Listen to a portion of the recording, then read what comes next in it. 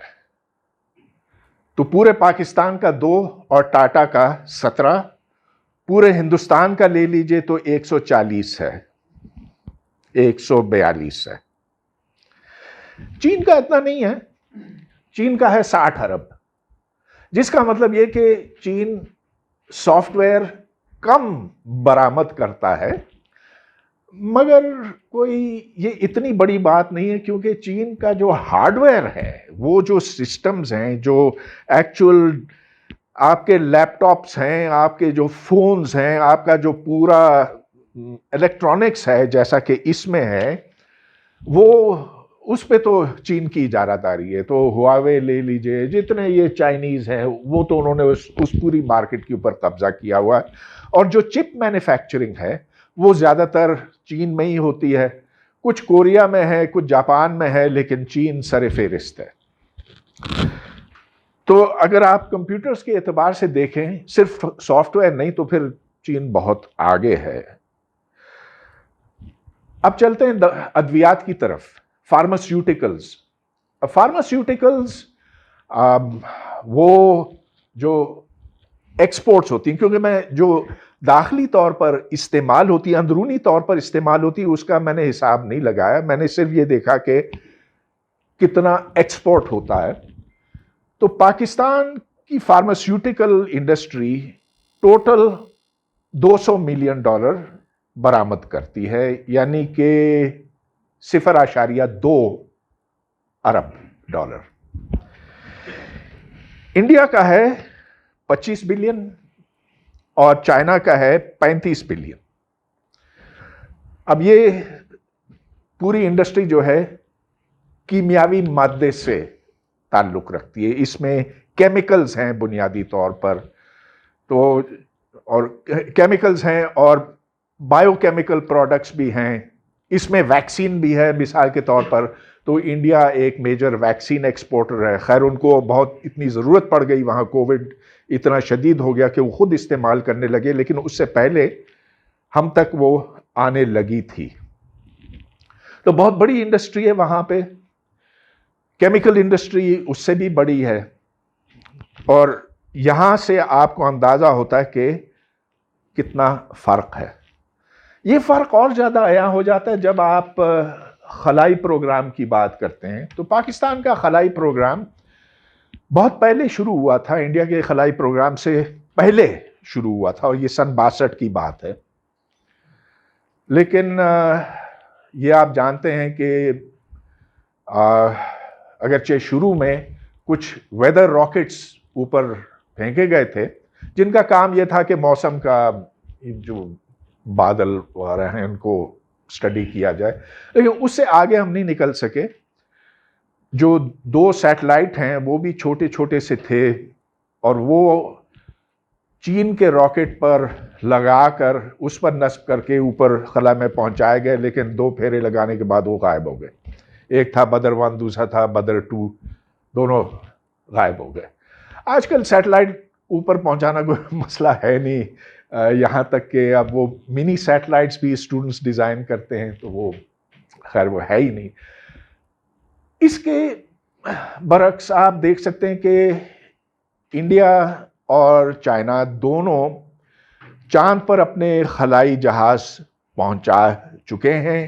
اس کے گرد وہ جو انڈیا کا ہے وہ کئی بار اس نے چکر لگایا، پھر اسے کریش کرایا گیا تاکہ جو دھول مٹی اس سے اٹھتی ہے اس کا کیمیکل انالیسس کیا جائے، جس سے یہ معلوم ہوگا کہ چاند کے اوپر کتنا پانی ہے.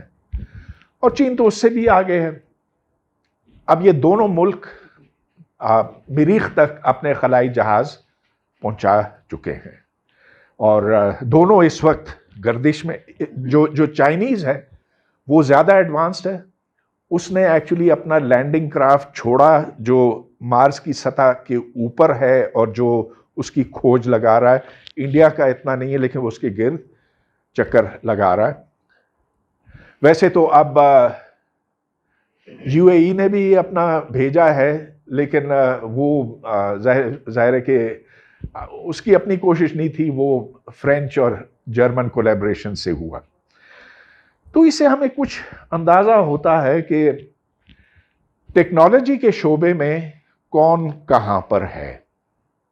اب سائنس کی طرف میں آتا ہوں، جس کا تھوڑا سا زیادہ مشکل اس اعتبار سے ہے کہ اس طرح کے اعداد و شمار میرے پاس نہیں ہے، لیکن پھر بھی میں کچھ باتیں آپ کو بتا سکتا ہوں. ایک تو یہ کہ دنیا میں جو کانفرنسز ہوتی ہیں، جس شعبے کو بھی آپ لے لیں، سائنس کے جس شعبے کو بھی لے لیں، خواہ وہ ایسٹرونومی ہو، تھیوریٹیکل فزکس ہو، انڈسٹریل کیمسٹری کی ہو، یا